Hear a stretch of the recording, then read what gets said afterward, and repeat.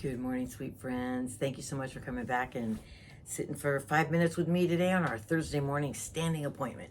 Today, I want to talk a little bit about free will. That's that beautiful gift, that privilege that God gives us to choose how we want to live our lives. But, you know, the decisions we make and the choices we make, they shape our lives. You know that, and I know that. We can choose good and have beautiful blessings and rewards, or we can make bad decisions or bad choices, and we can heap heartache and suffering upon ourselves. But one thing for certain, good or bad, all choices and decisions have consequences. We've seen that in our lives over and over again. But our Father, from the day we were born, He's always had a beautiful plan and path laid out for us. We can choose to be with Him and be close to His Word and get the blessings, or sometimes we choose to do things on our own. I mean, we don't really care to consult the Lord, and sometimes it works and sometimes it doesn't. But sometimes when it works, we get a little overconfident and we start thinking we don't need to ask God about anything. But our Father, He doesn't make people love Him. He gives you the beautiful opportunity to love Him wholeheartedly or not. That's what He does. And those who choose to stay close to Him, they see the beautiful things that happen in their life. But we're left to our own sinful desires, we're always going to choose sin because we're a fallen people. And the fleshly desires that are out there, they're strong and they're hard to resist at times. There's people out there that choose a sinful life. There's no doubt about that. But they think that they're free. They think that free will is, oh, well, I'm doing what I want. You know what? You're not. Because the minute you've signed over that free will to the devil to live that kind of lifestyle, he's got you right where he wants you. There's a saying that says, love the sinner, hate the sin. The problem with that is that the sin doesn't go to hell. The sinner goes to hell. So there's not a lot of truth in that statement. So, and every day, life presents us with a multitude of decisions and problems and issues that we need to make choices and decisions for. Sometimes we consult our family, sometimes we ask our friends, sometimes we go on the internet. I mean, we have all these resources. But why is it that the Lord is the last place we go? Why isn't that first choice of counsel for us? He's our creator. He knows our makeup. He knows your mind. He knows your heart. He knows everything about you. He knows what's best in every circumstances, not for just today, but for your whole life. He sees what's coming down in the future that we have known nothing about. We need to trust Him. We're responsible for our lives here, and the free will can be the greatest gift, or it can be your greatest downfall. But one thing is, we can always have the confidence that we can approach our Father anytime, anywhere, with full confidence, because we know that the choices that He directs us to, they're going to be the right ones. They're going to point us in the right direction.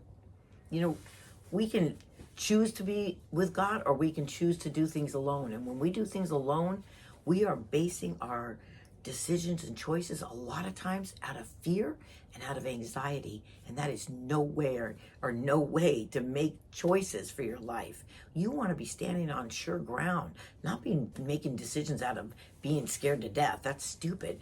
He's blessed us with so many opportunities to have counsel. We have our pastors, we have spiritual mentors, we have true friends, we have loving family members. They're all there to help us on our journey. But the most important thing we have is God's Word.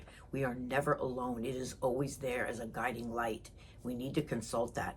He's also provided us with a conscience. Come on, the conscience, that still little small voice deep inside your heart and mind that tells you, no, stop, don't go there. And it's going to steer you to the right places.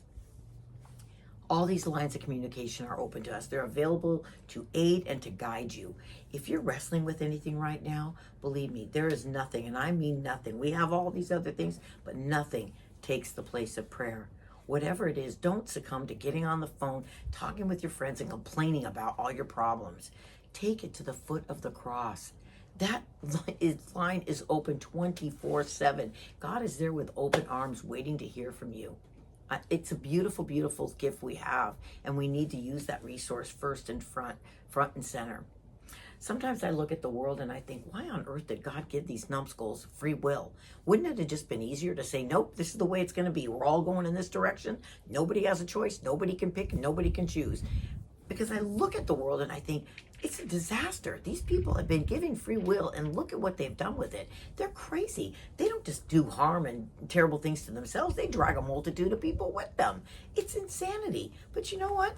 God, our Father, loves us. He's never going to coerce you. He's never going to force you to submit to His will. Not yet. He's not.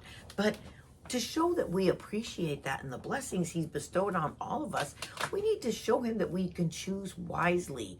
Because he doesn't force anything on us. We have to understand that right now, he's given us that freedom. One day, we're not going to have that. We need to start getting our mind and heart and body under control. We need to be pulling back. We need to start restraining those natural sinful desires. Get your whole mind and heart going in the right direction. Because when we make decisions that are ridiculous, guess what? Those are just providing a temporary gratification at best. And that's gone. That's the short term. Let's start being long-sighted with eternity in view. To sum it all up right now, we're always going to have a multitude of decisions. We're going to always have a multitude of questions. We're always going to say, why did God allow this in my life? And look what I had to do. Look, he got me into trouble. Why did he allow this? Why did he allow that? You know what? We're never going to get the answers to that. Not on this side of heaven. We can maybe ask God when we see him face to face, but I guarantee you, when you see God face to face, you're not going to care about the answers to what went on down here. You're going to be so joyful and happy to be in his presence, you're not going to care about any of that anymore. You know, if we really want to show appreciation for the gifts that God given us, and especially our free will, that we have the choice, have so many choices, beautiful choices that we can make. Because what's right for me might not be right for you. But God's given us the beautiful freedom to have the luxury of having different desires and different beautiful things in our lives. But let's show him how much we appreciate for that by being a wonderful earthly example of a lovely creation of God. Let's each and every one of us choose wisely. Think about that today. You know I love you, and you know I appreciate each and every one of you. I'm going to be praying for all of you till I see you next week. You have a blessed, beautiful day. I love you. Bye.